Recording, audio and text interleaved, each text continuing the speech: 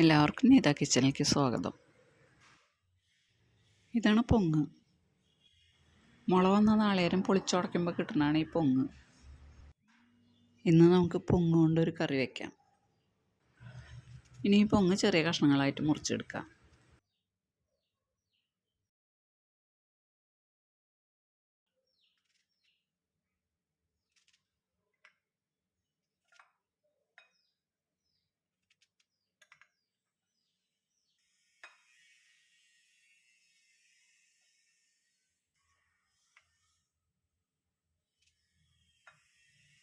ഇനി ഒരു ചട്ടി അടുപ്പത്ത് വെച്ച് അതിലേക്ക് 2 സ്പൂൺ വെളിച്ചെണ്ണ ഒഴിക്കാം.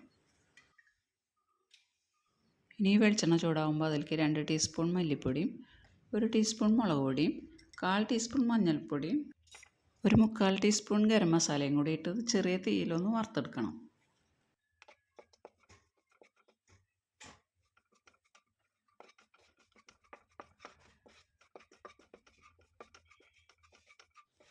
ഇപ്പോൾ പൊടികളൊക്കെ മൂപ്പായിട്ടുണ്ട്. ഇനി അതിലേക്ക് അരിഞ്ഞു വെച്ചിട്ടുള്ള പൊങ്ങിടാം.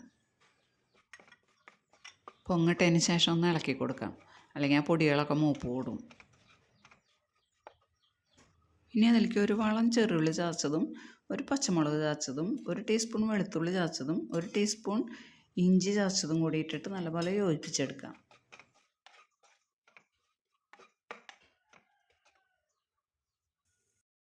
ഇതിലേക്ക് ഒരു ചെറിയ തക്കാളിയും കൂടി അരിഞ്ഞിടാം.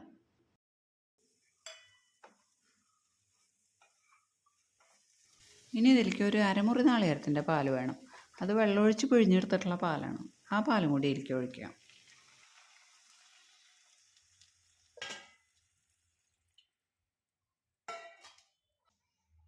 ഇനി ഇതിലേക്ക് പാകത്തിന് ഉപ്പും കൂടി ഇട്ട് നല്ലപോലെ ഇളക്കി യോജിപ്പിച്ചതിന് ശേഷം അത് വേവിക്കാൻ വേണ്ടി അടുപ്പത്തേക്ക് വയ്ക്കാം.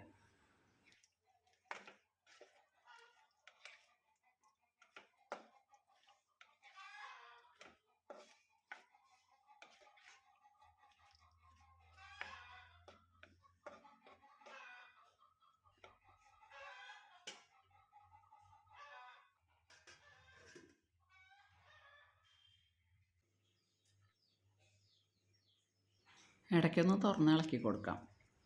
പിന്നെ തിളച്ചതിന് ശേഷം തീ കുറച്ചിട്ടിട്ട് വേണം വേവിക്കാനായിട്ട്.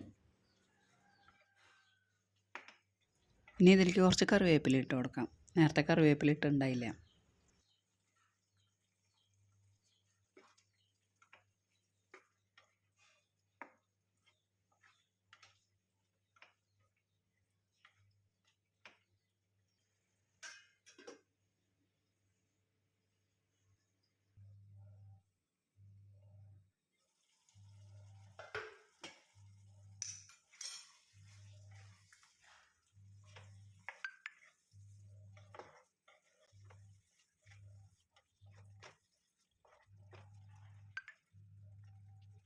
ഇപ്പോൾ കറി വേവായിട്ടുണ്ട്. ഇനി ഇത് ഓഫ് ചെയ്യാം.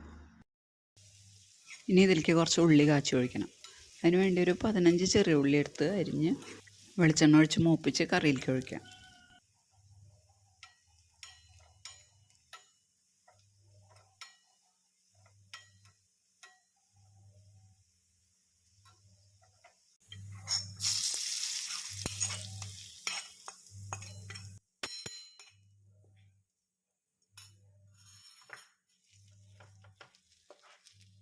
ഈ കറി ചപ്പാത്തിക്കോ അപ്പത്തിനൊക്കെ കൂട്ടി കഴിക്കാൻ നല്ലതാണ്.